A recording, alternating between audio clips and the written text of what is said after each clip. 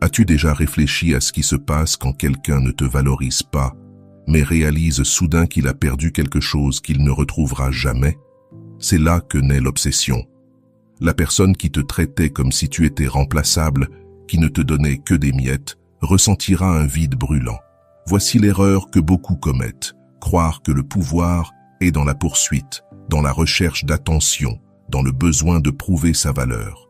Mais ce que je vais te montrer, c'est exactement l'inverse.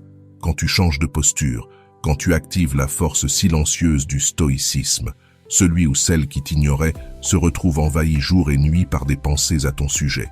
Le secret n'est pas de courir derrière, mais de devenir inoubliable. À partir de maintenant, chacun de tes gestes plantera une graine dans l'esprit de cette personne, et plus elle essaiera de se libérer, plus elle sera piégée. Alors, écris dans les commentaires. Maintenant, c'est mon tour.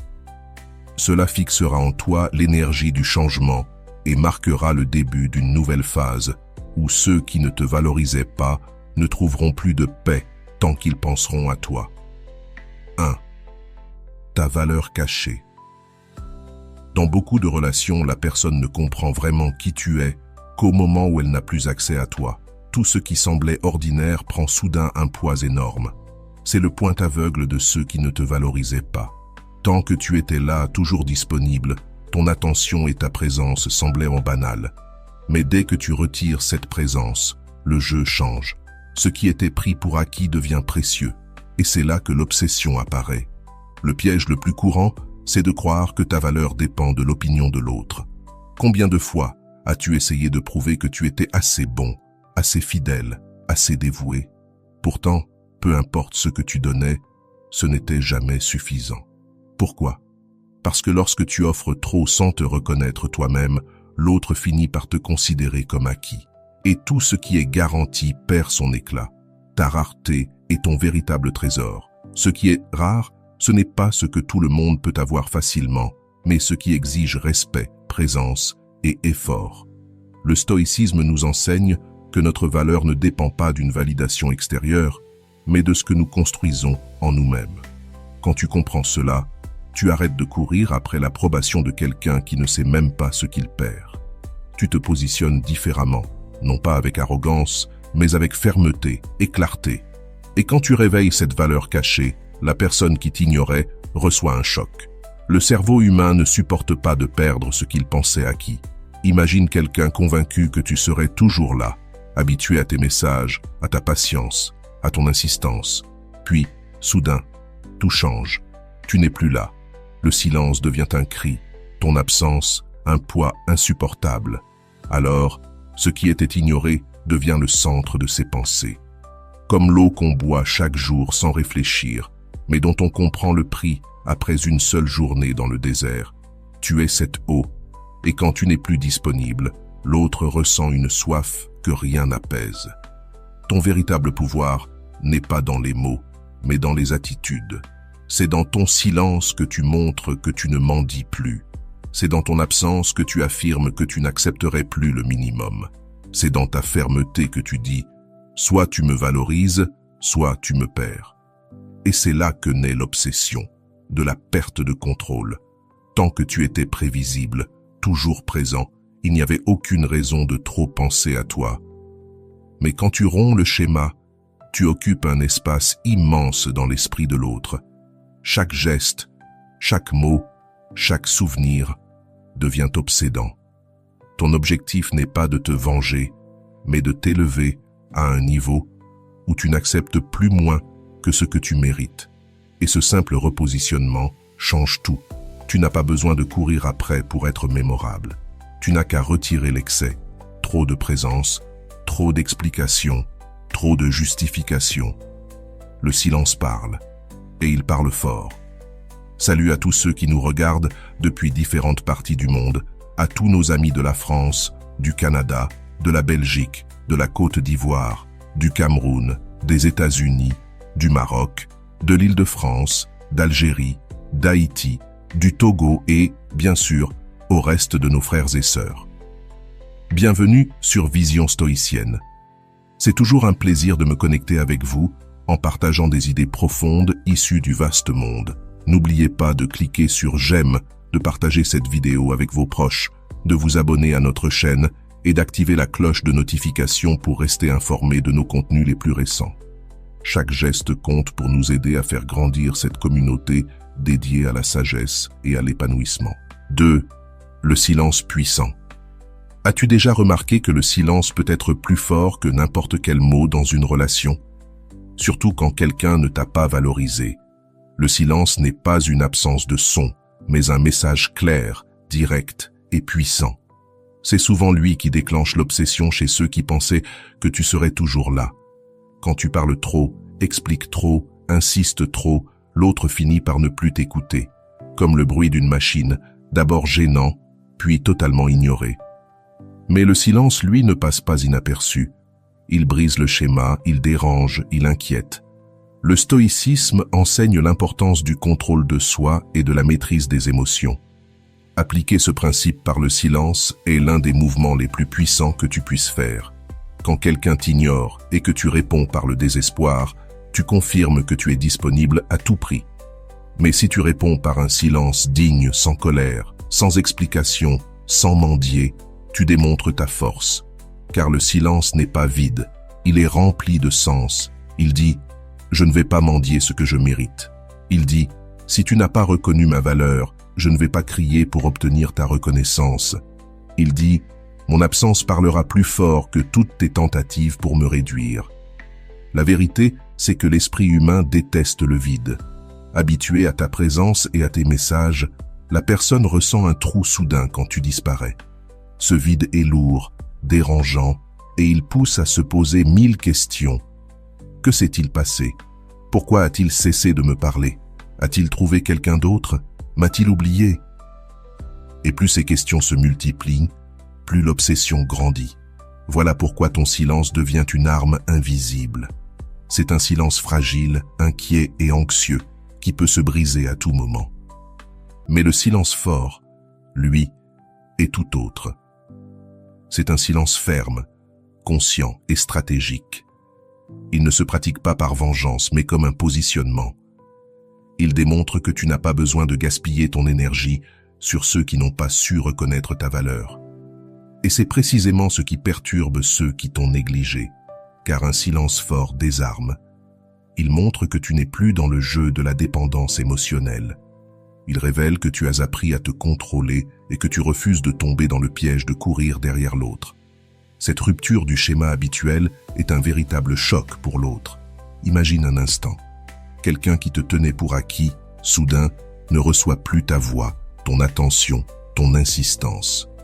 Cette personne commence à regretter même ce qu'elle avait méprisé autrefois. Ton silence devient un écho dans son esprit, une chanson qui ne s'efface pas, une question sans réponse, une douleur sans remède. Plus elle essaie de l'ignorer, plus ce silence devient oppressant. Le silence a un effet psychologique profond. Il force l'autre à se confronter à sa propre conscience. Quand tu es toujours présent, il est facile de te blâmer, de t'ignorer, de te repousser. Mais quand tu te tais, il n'y a plus d'échappatoire. L'autre est obligé de faire face à l'inconfort et au vide que tu laisses. Et cet inconfort, tôt ou tard, se transforme en obsession. Attention toutefois, un silence fort n'est pas une attitude froide ou rancunière, ce n'est pas ignorer avec colère, mais choisir de ne pas réagir. C'est un silence empreint de dignité, non de mépris. Un silence qui naît de l'autocontrôle, pas de l'orgueil. Il démontre que tu n'es pas en guerre, tu as simplement décidé de ne pas gaspiller tes munitions pour ceux qui ne les méritent pas. Avec le temps, ce silence devient paradoxalement une présence. Car quand tu parles trop, ta voix finit par se perdre. Mais quand tu te tais, chaque geste passé, chaque mot prononcé, chaque souvenir ressurgit dans l'esprit de l'autre. Ton absence décuple ta présence. Le silence fort possède ce pouvoir. Transformer ton retrait en une obsession constante. Ceux qui ne t'avaient pas valorisé se retrouvent à penser à toi sans cesse. Pourquoi? Parce qu'ils n'ont plus accès à ton énergie comme avant. Parce qu'ils ne peuvent plus prévoir ta réaction. Parce qu'ils ont perdu le contrôle. Mais ce silence est aussi une épreuve pour toi. Il prouve que tu n'as pas besoin d'agir par impulsion, que tu n'es pas obligé de répondre à chaque provocation, ni de supplier pour obtenir de l'attention. Il renforce ton esprit, ta posture, ta confiance. Il t'enseigne que le vrai pouvoir ne réside pas dans la quantité de mots, mais dans le moment où tu choisis de te taire. Le silence n'est pas vide, il est plein de puissance. Il n'est pas faiblesse, il est force. Il n'est pas absence, il est une présence amplifiée. Ceux qui ne t'ont pas respecté le sentiront jusque dans leur peau. Ils seront troublés, chercheront à comprendre, tenteront d'attirer ton regard. Mais tu ne réagiras plus comme avant. Et c'est précisément ce choc, cette rupture du schéma, qui crée l'obsession. Car le silence fort n'est pas une fin, c'est un commencement. Le commencement d'une nouvelle façon d'être perçu, de rester gravé dans les mémoires, d'être désiré. Ceux qui apprennent à se taire au bon moment apprennent à maîtriser leur véritable pouvoir. Et c'est là qu'entre en jeu une autre loi, le désir opposé. As-tu remarqué que plus tu cours derrière quelqu'un, moins il a envie d'être avec toi? Voilà l'un des plus grands paradoxes des relations. Le désir ne grandit pas dans l'insistance, mais dans le manque, dans le mystère, dans ce qui échappe au contrôle. Le désir inversé se produit lorsque la personne qui ne te valorisait pas commence à te regretter, précisément parce que tu as cessé de la poursuivre. Plus tu cherches à prouver ta valeur, moins l'autre la voit. Mais quand tu retires ton énergie, quand tu retires son confort de toujours t'avoir, le désir renaît. Les êtres humains n'apprécient vraiment que lorsqu'ils sentent la possibilité de perdre. Ceux qui ne t'ont pas valorisé croyaient que tu serais toujours là. Mais quand tu changes de posture, quand tu refuses de te brader, l'alarme s'active dans leur esprit. Une fois prévisible, tu deviens surprenant. Une fois acquis, tu deviens rare. Et voici la clé. Plus tu te retires, plus l'autre se rapproche. Plus tu donnes d'attention, plus il en manque. Moins tu offres, plus ta valeur augmente. Parce que le désir naît de la rareté, jamais de l'excès. Le stoïcisme l'enseigne, tu n'as pas à mendier pour être aimé, ni à t'épuiser pour attirer l'attention. Tu as seulement besoin d'être complet en toi-même. Cette plénitude, cette confiance silencieuse, crée un magnétisme irrésistible. Alors imagine, la personne qui se contentait de tes miettes était habituée à ton insistance, à ton désir gratuit. Mais quand tu brises ce schéma et que tu refuses de te contenter du peu, elle entre en crise, parce que ce qu'elle croyait acquis ne l'est plus. C'est là que naît le désir opposé. Le désir opposé est cruel pour ceux qui ne t'ont pas respecté. Il transforme leur sécurité en insécurité, leur confort en manque. Leur esprit commence à inventer des scénarios. Il m'a remplacé, je ne compte plus. Et plus les questions s'accumulent, plus l'obsession grandit. Et toi, tu n'as rien besoin de dire. Tu n'as pas besoin de te justifier, ni d'expliquer. Le simple fait d'arrêter de mendier suffit. C'est comme déposer un silence lourd de sens, un vide qui résonne dans chaque pensée de l'autre. Car la psychologie humaine est ainsi faite. Nous valorisons ce que nous ne pouvons pas avoir et méprisons ce qui est toujours offert. Le désir opposé n'est rien d'autre que l'application de cette loi. Quand tu retires tes miettes, l'autre découvre qu'il a perdu le festin. Mais attention, le désir inversé n'est pas une manipulation bon marché. Ce n'est pas feindre l'indifférence pour jouer avec l'autre.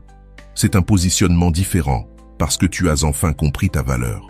Ce n'est plus un jeu, c'est une transformation intérieure. Tu n'as plus besoin de validation, et cette force-là est impossible à ignorer. Le désir opposé transforme tout. Celui qui te poursuivait devient le poursuivi. Toi qui cherchais sans cesse, tu deviens l'objet de recherche. Le jeu s'inverse, silencieusement mais puissamment. Imagine la nuit, quand tout est calme. L'autre repense à tes messages, à ton attention, à ta présence. Mais tout cela a disparu. Ce vide crie, et le désir grandit. Plus quelqu'un essaie de t'ignorer, plus tu apparais dans son esprit, car la pensée humaine ne supporte pas de perdre ce qu'elle croyait acquis. Le désir inversé t'enseigne une leçon fondamentale. Tu n'as pas besoin de mendier l'amour, tu n'as pas besoin de t'humilier pour attirer l'attention. Quand tu choisis de te retirer, tu ne perds pas, tu gagnes. Tu gagnes du respect, tu gagnes de la force, tu gagnes une place dans l'esprit de l'autre.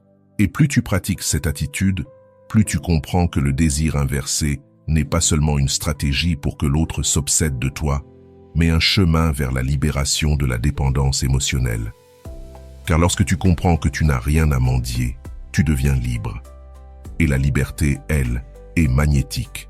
Ceux qui ne t'ont pas valorisé sentiront ce poids. Ils perdront le contrôle et feront tout pour récupérer ce qu'ils croient avoir perdu. Alors le jeu change. Ce n'est plus toi qui désires désespérément, c'est l'autre qui brûle de désir pour toi. Voilà le pouvoir du désir inversé. Transformer le rejet en obsession, l'indifférence en besoin, la perte en regret. Tout cela parce que tu as choisi de te retirer, de te taire et de te valoriser. Le désir inversé est à la fois le poison et le remède. Il fait souffrir ceux qui ne t'ont pas apprécié, mais il guérit en toi le besoin de supplier. Et au final, celui qui ne t'a donné que des miettes goûtera lui-même à l'angoisse de désirer quelqu'un qu'il ne peut plus contrôler. La présence rare. As-tu remarqué que tout ce qui est rare devient précieux? Les pierres précieuses, les œuvres d'art uniques, les lieux secrets où peu de gens peuvent aller. L'être humain est naturellement attiré par ce qui n'est pas commun, par ce qui n'est pas toujours disponible. Dans les relations, ce principe s'applique aussi. Quand ta présence est trop abondante, elle perd de sa valeur. Mais lorsqu'elle devient rare, elle devient inoubliable. Ceux qui ne t'ont pas valorisé s'étaient habitués à ta disponibilité constante. Ton attention était acquise, ton énergie prévisible.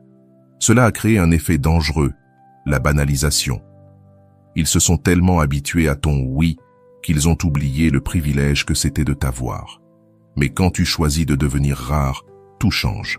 Être rare ne signifie pas faire semblant d'être indifférent ou jouer un rôle. Cela signifie comprendre que ton énergie ne doit pas être gaspillée là où elle n'est pas reconnue. Cela veut dire choisir avec sagesse où tu places ta présence. Ta présence est comme une lumière. Elle peut réchauffer, illuminer, transformer une pièce. Mais si elle brille trop dans un endroit où personne ne la valorise, elle finit ignorée. Le stoïcisme nous enseigne à contrôler ce qui dépend de nous et à lâcher ce qui échappe à notre maîtrise. Ta présence, elle, dépend entièrement de toi. Tu choisis où tu vas, qui en est digne, qui y aura accès, et c'est ce choix qui crée la rareté. Quand tu étais toujours disponible, l'autre n'avait aucun effort à fournir pour t'avoir. Mais lorsque tu commences à te montrer moins, à donner moins d'énergie, chaque instant à tes côtés prend un autre poids. La comparaison naît dans son esprit. Avant j'avais tout, maintenant j'ai si peu, bientôt je n'aurai plus rien. Et c'est là que naît l'obsession. La rareté de ta présence crée un contraste puissant. Avant, tu étais ordinaire, prévisible. Maintenant, tu deviens rare, mystérieux. Avant, il savait que tu viendrais au moindre signe. Maintenant, il n'en est plus sûr. Et ce doute est ce qui occupe son esprit, jour et nuit. Le plus intéressant, c'est que cette rareté n'a pas besoin d'être forcée. Elle ne demande ni jeu ni masque. Elle naît simplement du moment où tu te retires de là où tu n'es pas valorisé et où tu investis ton énergie en toi. Plus tu investis en toi, plus ta présence devient rare pour ceux qui t'ont sous-estimé. Alors, la balance change. L'autre commence à se souvenir de détails qu'il négligeait. Ton sourire, ta voix, tes gestes. Ce qui semblait banal grandit soudain dans sa mémoire. Car quand quelque chose devient rare, chaque souvenir prend une valeur immense. Et voici le paradoxe. Plus ta présence devient rare, plus tu deviens constant dans l'esprit de l'autre. Quand tu étais toujours là, ton image se diluait. Mais quand tu deviens rare, tu occupes de l'espace. Car ce qui est difficile à obtenir, la pensée humaine s'acharne à le chercher. Voilà pourquoi dans les relations, comme dans la vie, la rareté crée de la valeur. La rareté protège aussi. Elle t'empêche de t'épuiser en courant derrière quelqu'un qui ne reconnaissait pas ton prix. Elle t'apprend à garder le meilleur de toi pour ceux qui le méritent vraiment. Imagine cette scène. Celui qui t'ignorait, qui ne t'offrait que des miettes, se rend compte que ta présence n'est plus acquise. Elle est rare, limitée. Chaque moment devient spécial. Et plus il en a peu, plus il en veut. Voilà le début de l'obsession. Le stoïcisme rappelle que la véritable force est dans la maîtrise de soi, pas dans la maîtrise des autres. En devenant rare, tu ne manipules pas, tu refuses simplement de te gaspiller. Et c'est cette décision qui fait de toi quelqu'un d'impossible à oublier. Le plus puissant, dans la rareté, c'est qu'elle ne demande aucun effort. Tu n'as rien à prouver, rien à supplier, rien à insister. Il te suffit de t'éloigner, d'investir en toi, de montrer par tes actes que tu n'es pas disponible pour ceux qui ne te valorisent pas. Et plus tu deviens rare, plus l'autre devient obsédé, car rien ne fait plus mal que de perdre l'accès à ce qu'on croyait acquis. Rien ne ronge plus la pensée que de manquer quelque chose qu'on a déjà eu. Rien ne provoque plus de désir que ce qui n'est pas facile à atteindre. Tu n'as pas besoin de faire du bruit pour être inoubliable. Il te suffit d'être rare, car ceux qui sont rares ne s'oublient jamais. Le contrôle interne. As-tu déjà remarqué que la plus grande part de la souffrance dans une relation ne vient pas de ce que l'autre fait, mais de ce que tu ressens face à cela? Le problème n'est pas seulement le manque d'attention ou les miettes qu'on t'a laissées. Le problème, c'est ta réaction. Ceux qui ne t'ont pas valorisé croyaient avoir du pouvoir sur toi. Et ce pouvoir venait de tes réactions. Tu courais après eux, tu t'expliquais, tu te justifiais, tu essayais de prouver que tu méritais plus. Chaque fois que tu faisais cela, tu leur donnais la clé de ton équilibre, comme si ta paix dépendait de ce qu'ils acceptaient de te donner. Le stoïcisme nous rappelle une vérité dure, mais libératrice. Personne ne contrôle ce que tu ressens, sauf toi. Les événements extérieurs, un rejet, une absence, une indifférence, n'ont aucun pouvoir sur ta paix, à moins que tu ne leur en donnes. Et c'est le contrôle interne qui change tout. Réfléchis. Que se passe-t-il quand quelqu'un essaie de se moquer de toi et que tu ne réagis pas? Cette personne perd immédiatement son pouvoir. De même, quand quelqu'un attend que tu supplies et que tu ne le fais pas, c'est un choc. L'autre réalise qu'il n'a plus de contrôle. Le contrôle interne, c'est la capacité de ne pas être esclave de tes émotions. C'est refuser que l'impulsion de courir après l'autre soit plus forte que le respect que tu te dois à toi-même. C'est refuser de croire que ton bonheur dépend de l'approbation de ceux qui ne savent pas te reconnaître. Apprendre à se recentrer sur soi, c'est comprendre que l'absence de l'autre ne doit pas te voler ta paix. Cela ne signifie pas froideur, mais force. Cela veut dire que tu ressens, mais que tu ne te laisses pas emporter, que tu peux souffrir, mais sans t'humilier, que tu peux aimer, mais jamais mendier. Le contrôle interne est comme un mur invisible. Il te protège de l'erreur fatale, échanger ta dignité contre des miettes. Et ce qui est fascinant, c'est l'effet que cela produit sur l'autre. Celui qui ne te valorisait pas, habitué à te voir dépendant, anxieux et prévisible, découvre soudain quelqu'un qui ne réagit plus comme avant. Quelqu'un qui ne court plus derrière lui, qui ne se désespère plus. Ce contraste déstabilise, intrigue et devient une obsession. Le contrôle interne t'enseigne que tu n'as pas besoin de te perdre pour retenir quelqu'un. Au contraire, plus tu restes ferme, plus tu deviens irrésistible. La force intérieure est magnétique. Ceux qui refusent de se soumettre à la désespérance, qui savent attendre et se maintenir debout, inspirent l'admiration, même de ceux qui les avaient sous-estimés. Imagine la scène. Cette personne pensait pouvoir jouer avec tes sentiments, t'offrir des miettes sans jamais te perdre. Elle tente de te provoquer par le silence, mais tu gardes le tien. Elle essaie de t'insécuriser, mais tu restes ferme. Elle teste tes limites, mais rien ne t'ébranle. Cela la rend folle, car l'être humain veut contrôler et, lorsqu'il échoue, il s'obsède. Le contrôle interne est aussi la preuve de ta maturité.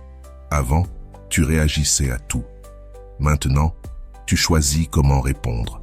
Avant, ta paix dépendait de l'attitude de l'autre. Aujourd'hui, elle dépend de toi. Avant, tu mendiais. Maintenant, tu es suffisant. Et c'est cette indépendance émotionnelle qui bouleverse ceux qui ne te valorisaient pas. Car personne ne s'attend à voir une personne soumise devenir soudain ferme, inébranlable et sereine. Cette rupture de schéma occupe l'esprit. Pourquoi ne réagit-il plus? Est-ce qu'il ne m'aime plus? A-t-il trouvé mieux? Ces questions rongent, obsèdent Et toi, tu gagnes, car le contrôle interne t'empêche de gaspiller ton énergie à vouloir changer l'autre. Il t'enseigne que la seule chose qui compte, c'est la manière dont tu choisis de réagir. Peu importe si l'autre est froid, indifférent ou ingrat. Ce qui compte, c'est ta fermeté. Et cette fermeté te rend victorieux. Mais attention, le contrôle interne ne peut pas être joué. Il doit être réel. C'est une force que tu construis jour après jour. C'est l'art de ne pas être ébranlé, de respirer avant de réagir, de réfléchir avant d'agir, de te rappeler ta valeur avant de supplier. Avec le temps, cette pratique devient naturelle. Et plus elle devient naturelle, plus elle te rend irrésistible. Car l'autre réalise qu'il n'a plus de place pour manipuler, qu'il a perdu le pouvoir de te contrôler. Et rien ne crée plus d'obsession que la perte de contrôle. Lorsqu'une personne comprend qu'elle n'a plus d'emprise sur toi, qu'elle ne peut plus prédire tes réactions, son esprit ne trouve plus de repos. C'est à ce moment-là que tu deviens inoubliable. Le contrôle interne est le cœur de ton pouvoir. C'est la base qui soutient tout le reste. Le silence fort, la présence rare, le désir inversé. Sans lui, tu cèdes à l'impulsion, tu retournes en arrière, tu abandonnes ta valeur. Avec lui, tu restes debout. Et plus tu restes debout, plus tu deviens une obsession pour ceux qui t'avaient méprisé. Car tu n'es plus fragile, ni prévisible. Tu es ton propre maître. Et ceux qui se possèdent eux-mêmes ne sont jamais oubliés. Vient alors une dimension encore plus puissante, la force tranquille. Les personnes les plus inoubliables ne sont pas celles qui crient ou réclament de l'attention. Ce sont celles dont la simple présence impose le respect, sans un mot. Cette force tranquille ne signifie pas froideur, mais sagesse. Elle ne dit pas « je ne ressens rien », mais « je maîtrise ce que je ressens ». Elle montre que tu n'es plus victime de tes émotions, mais leur maître. Tu continues à aimer, à désirer, à souffrir, mais sans jamais perdre ta dignité. Et c'est précisément cette sérénité qui attire. Car la plupart des gens se perdent dans le chaos, explosent, supplient, se laissent gouverner par leurs blessures. Mais toi, tu restes calme, solide comme un arbre dans le vent. Tu plies peut-être, mais tu ne casses pas. Cette paix magnétique intrigue. Elle crée un feu silencieux dans l'esprit de ceux qui ne t'avaient pas respecté. Ils ressentent cette flamme brûler en eux, obsédés par une seule question. Comment as-tu fait pour changer à ce point? Comment as-tu réussi à t'éloigner? Comment as-tu fait pour ne pas réagir?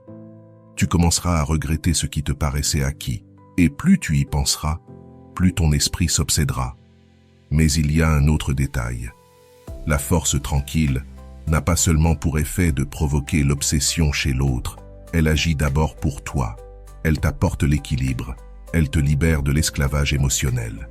Elle t'enseigne que tu peux traverser le rejet sans perdre ta dignité, que tu peux faire face à l'absence sans supplier, que tu peux ressentir la douleur sans t'autodétruire. Lorsque tu apprends à porter cette sérénité en toi, toute ta vie change. Pas seulement dans tes relations, mais dans tout. Tu cesses d'être prisonnier de ce qui arrive à l'extérieur et tu commences à vivre en accord avec ce que tu construis à l'intérieur. Et ce simple positionnement est suffisant pour choquer quiconque ne t'a pas valorisé. La force tranquille n'est pas une vengeance, ce n'est pas un jeu, c'est de la maturité, de la croissance, une transformation profonde. Et c'est précisément pour cela qu'elle est irrésistible. Car personne ne peut ignorer quelqu'un qui, au lieu de se perdre dans le chaos, demeure serein. Ceux qui ne t'ont pas valorisé s'en rendront compte. Ils le sentiront, ils s'en souviendront. Cela les dérangera. Ils désireront ce qu'ils n'ont plus. Parce que rien n'est plus séduisant qu'une personne qui a découvert la puissance de la paix intérieure. En ce qui concerne la distance, as-tu déjà remarqué que parfois, la plus grande preuve d'amour-propre n'est pas de rester, mais de s'éloigner? La distance porte en elle une force invisible que beaucoup ne comprennent pas, car ils la confondent avec de la faiblesse.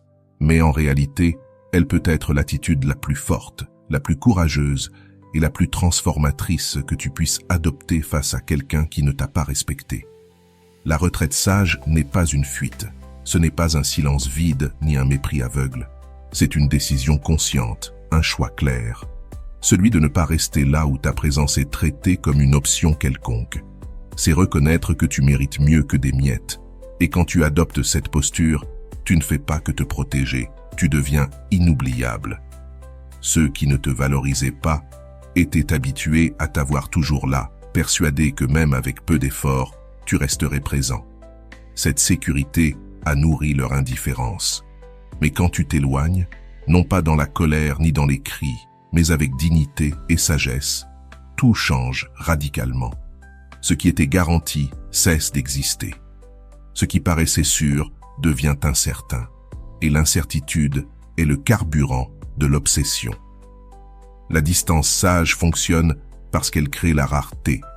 Or, tout ce qui devient rare prend de la valeur. Pense à quelque chose de simple comme l'eau. Quand elle est abondante, tu oublies son importance. Mais dans le désert, une seule goutte devient un trésor. Voilà ce qui arrive lorsque tu choisis de t'éloigner. Ton absence devient soif, besoin, souvenir constant. Le stoïcisme nous enseigne que nous devons nous concentrer sur ce que nous pouvons contrôler. Et la distance fait partie de ces choix. Tu ne contrôles pas si quelqu'un t'aimera, te respectera ou te valorisera, mais tu contrôles ton choix de rester ou non. Lorsque tu décides de t'éloigner, tu reprends le pouvoir. Ceux qui ne te valorisaient pas perdent alors l'illusion de contrôle qu'ils croyaient avoir sur toi. Et voici le cœur de la vérité. La distance n'efface pas, elle amplifie. Cela paraît contradictoire, mais c'est exactement ce qui se passe.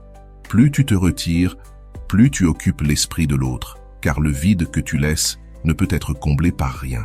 Cette absence est unique, et l'esprit humain ne supporte pas de perdre ce qu'il ne comprend pas totalement. Ceux qui ne t'ont pas valorisé le ressentiront chaque jour. Ils se souviendront de ton chemin, de ta voix, de ta présence. Ils chercheront des signes, essaieront de comprendre, se demanderont pourquoi tu n'es plus là. Et plus les questions surgiront, plus l'obsession grandira. Car la distance crée le mystère, et le mystère crée le désir. Mais il faut le souligner, la distance sage ne consiste pas à manipuler, elle consiste à se protéger. C'est refuser de laisser ton énergie être absorbée là où il n'y a pas de réciprocité. C'est garder le meilleur de toi-même pour ceux qui sauront le reconnaître. Cette décision ne naît pas du ressentiment, mais de l'amour-propre. Et c'est précisément cet amour-propre qui bouleverse ceux qui ne t'ont pas valorisé, car la personne qui pensait t'avoir pour toujours réalise soudain qu'elle a perdu son espace, qu'elle a perdu le contrôle, et que ton absence pèse plus lourd que la présence de n'importe qui d'autre. La distance sage te renforce aussi. Elle t'enseigne à vivre sans dépendance. Elle te montre que tu n'as pas besoin d'être collé à quelqu'un pour être heureux. Elle t'offre du temps pour te reconnecter à toi-même, pour te reconstruire, pour redécouvrir qui tu es. Et cette version plus forte, plus indépendante de toi-même devient naturellement irrésistible. Imagine maintenant cette personne qui ne t'offrait que des miettes. Elle commence à ressentir le poids de ton absence. Elle essaie d'ignorer, mais elle n'y parvient pas. Chaque souvenir devient inconfortable, chaque silence se transforme en tourment. Chaque jour sans toi creuse davantage le vide. Et plus le vide grandit, plus l'obsession s'amplifie. La distance sage change aussi les rôles dans la relation. Avant, tu étais celui qui était disponible, prévisible, toujours là. Maintenant, c'est tout le contraire. Tu es devenu rare, imprévisible, mystérieux. Et le mystère est magnétique. Il retient l'esprit, il retient le cœur, il crée un cycle de pensée dont on ne se libère pas. Mais attention, la distance n'est sage que lorsqu'elle s'accompagne de fermeté. Si tu pars aujourd'hui et reviens en courant demain, tu perds ta force. Le secret, c'est la constance. C'est montrer clairement que tu n'accepterais plus jamais moins que ce que tu mérites. C'est laisser le silence et l'absence accomplir ce que tes mots n'ont jamais pu faire. Et c'est exactement ce qui va se passer. Tes paroles pouvaient être ignorées. Mais ton absence, elle se ressent, elle pèse, elle est impossible à effacer. Finalement, la distance sage est ce qui transforme le regret en obsession. C'est ce qui inverse les rôles. C'est ce qui pousse celui qui ne t'avait pas valorisé à découvrir, trop tard, qu'il n'aurait jamais dû te traiter comme quelqu'un d'ordinaire. Et lorsque cette prise de conscience arrivera, il sera déjà trop tard. Car ta distance aura prouvé que tu n'as plus besoin de courir après qui que ce soit. Désormais, ce sont ceux qui ne t'ont pas valorisé qui courront derrière toi. Alors surgit la nouvelle attraction. As-tu déjà remarqué qu'il n'y a rien de plus obsessionnel que de voir quelqu'un qui paraissait dépendant devenir libre, désiré, sûr de lui? Voilà le pouvoir de la nouvelle attraction. Il ne s'agit pas de provoquer la jalousie, il ne s'agit pas de vengeance, il s'agit de renaissance. C'est créer autour de toi une énergie si puissante que ceux qui ne t'ont pas valorisé commencent à ressentir ce qu'ils n'auraient jamais imaginé, la douleur de t'avoir perdu pour une meilleure version de toi-même. Cette nouvelle attraction naît à l'intérieur. Elle ne surgit pas quand tu cherches à impressionner. Elle apparaît quand tu changes de vibration. Quand, au lieu de courir après l'autre, tu commences à marcher vers toi-même. Quand, au lieu de supplier de l'attention, tu commences à t'en donner à toi-même. Quand, au lieu de te contenter de miettes, tu te rappelles que tu mérites un festin. Et ce changement n'a pas besoin d'être annoncé. Il parle de lui-même. Il se ressent. Ceux qui ne t'ont pas valorisé le remarqueront. Ils verront quelqu'un de différent. Quelqu'un qui ne réagit plus avec désespoir, qui ne se laisse plus secouer par le rejet, qui n'a plus besoin de mendier. Cette assurance, cette confiance silencieuse, cette nouvelle posture, tout cela crée un magnétisme impossible à ignorer. Et c'est là que naît la nouvelle attraction. Le stoïcisme nous enseigne que tout ce qui se passe à l'extérieur échappe à notre contrôle. Mais il nous rappelle aussi que nous pouvons toujours choisir notre réponse. Et c'est précisément cette réponse consciente qui change ton énergie. Quand tu décides de ne plus t'accrocher à ce qui ne te valorise pas, tu ouvres un espace pour autre chose. Un éclat naturel, une force intérieure qui attire. La nouvelle attraction ne vient pas de l'ostentation. Elle vient de la simplicité. Tu n'as pas besoin de publier des phrases indirectes, ni de prouver quoi que ce soit. Tu n'as qu'à vivre. Vivre avec intensité, avec vérité, avec amour propre. Et cette énergie-là, personne ne pourra l'ignorer. La vérité parle plus fort que n'importe quel cri. Et c'est à ce moment précis que l'esprit de ceux qui ne t'ont pas valorisé devient fou. Car, alors qu'avant tu étais prévisible, maintenant tu es un mystère. Alors qu'avant tu étais dépendant, maintenant tu es indépendant. Alors qu'avant tu étais accessible, maintenant tu es désiré. Ce contraste est cruel pour l'ego de l'autre. Il se voit perdre de l'espace, perdre du pouvoir, perdre ce qu'il croyait acquis. La nouvelle attraction réside aussi dans la simplicité, dans l'éclat de tes yeux quand tu cesses de mendier, dans la légèreté de ta voix, dans la confiance de tes gestes. Elle est dans ton silence qui n'est pas vide, mais plein de sens. Et tout cela crée un impact dévastateur. Ceux qui ne t'ont pas valorisé réalisent que tu n'es plus le centre de ta propre vie. Et voici le détail le plus douloureux. Quand tu crées une nouvelle attraction, tu n'as plus besoin de l'autre. C'est précisément à ce moment, quand tu n'as plus besoin de lui, que le désir grandit. Car les êtres humains craignent de perdre ce qu'ils ne peuvent pas contrôler. Et soudain, tu n'es plus entre ses mains, tu es entre les tiennes. La nouvelle attraction ouvre aussi des portes. Quand tu changes ton énergie, tu attires de nouvelles personnes. Elles perçoivent ta lumière, elles s'approchent, elles veulent être près de toi. Et cela dérange profondément ceux qui ne t'ont pas valorisé, car ce qui fut rejeté devient soudain convoité. Il n'y a pas de douleur plus grande que de réaliser que ce que tu as jeté est devenu un trésor aux yeux des autres. Mais la nouvelle attraction n'est pas seulement externe, elle est interne. C'est la façon dont tu te regardes dans le miroir et vois quelqu'un de digne. C'est la manière dont tu te traites, dont tu prends soin de toi, dont tu te places en priorité. Ce changement intérieur se reflète partout, dans ta démarche, dans ta parole, dans ton comportement. Tu n'as pas besoin de dire « j'ai changé ».